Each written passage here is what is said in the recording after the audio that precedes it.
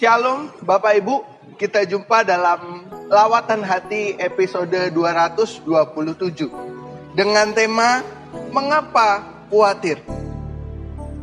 Tentunya setiap orang di dalam kehidupan ini pernah merasakan khawatir.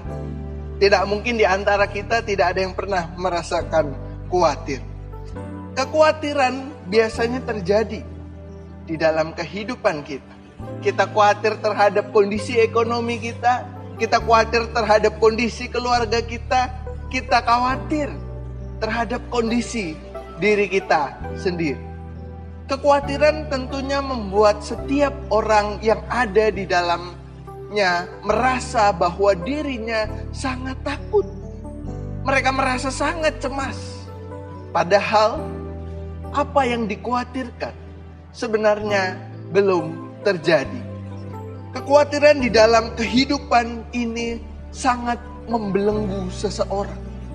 Ketika seseorang merasa khawatir, ia bahkan tidak bisa beranjak dari tempatnya berada.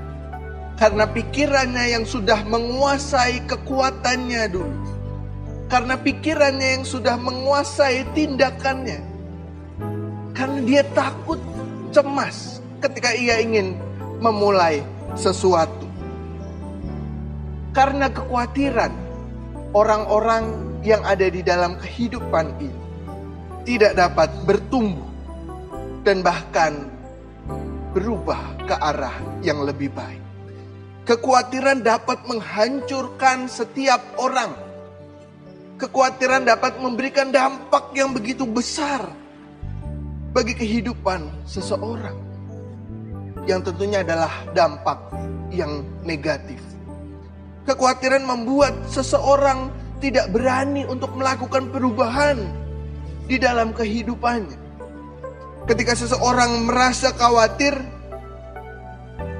bukan suatu hal yang mudah untuk orang itu dapat keluar dari kekhawatiran yang ia alami. Tetapi dalam bacaan kita, Lukas pasal 12 ayatnya yang ke-25. Tuhan Yesus mengatakan kepada setiap kita untuk tidak khawatir. Tuhan Yesus mengatakan kepada setiap kita untuk tidak merasakan khawatir. Karena apa? Karena di dalam kekhawatiran kita tidak menambahkan usia kita lebih lama. Tuhan Yesus mengatakan dalam Injil Lukas bahwa siapakah di antara kamu yang karena kekhawatirannya dapat menambahkan sehasta pada jalan hidupnya? Ketika kekhawatiran sangat merusak kehidupan manusia, tentunya kekhawatiran tidak menambahkan umur yang lebih panjang. Tetapi ketika seseorang merasa khawatir, yang ada umurnya akan semakin pendek. Ketika seseorang terus-menerus hidup dalam kekhawatiran, ia tidak berani melakukan perubahan di dalam diri. Ia tidak dapat bertumbuh ke arah yang lebih baik. Ia akan berada di tempat karena ketakutan dan kecemasan yang ia alami. Dan sebenarnya itu belum terjadi pada dirinya. Yesus mengajarkan kepada kita semua melalui apa yang dikatakannya di dalam Injil Lukas tadi, bahwa tidak perlu kita merasa khawatir di dalam kehidupan ini. Toh, ketika khawatir tidak menambah lama usia kita, untuk apa kita merasa khawatir?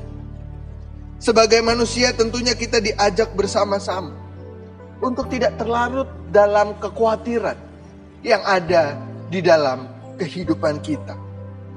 Yesus mengajak kita semua untuk percaya kepada penyertaan yang dinyatakan di dalam kehidupan kita. Ia menggambarkannya dengan kisah bunga bakung, burung gagak, dan rumput di ladang. Bisa kita lihat tanaman di sini tidak merawat dirinya sendiri. Ia tidak khawatir akan apa yang terjadi terhadap dirinya. Ia tidak khawatir apa yang akan terjadi.